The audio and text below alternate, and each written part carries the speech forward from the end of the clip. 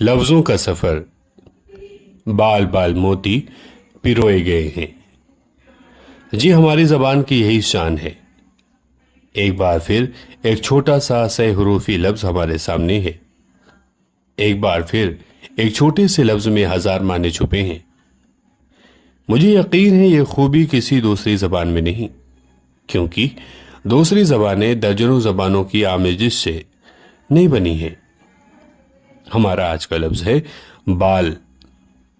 بال بیکا نہ ہونے پائے، بال برابر فرق نہیں، جا نہیں سکتا کبھی شیشے میں بال آیا ہوا، مورے بالا پن کے ساتھ ہی بال بچے ساتھ آئے ہیں، بالی عمر میری، ہم فارغ البال ہیں، حادثے میں بال بال بچے، بال بال قرضے میں بدے ہیں، بالوں پر دو چار دکھلا کر کہا صیاد نے، یہ نشانی رہ گئی اب بجائے اندلیب۔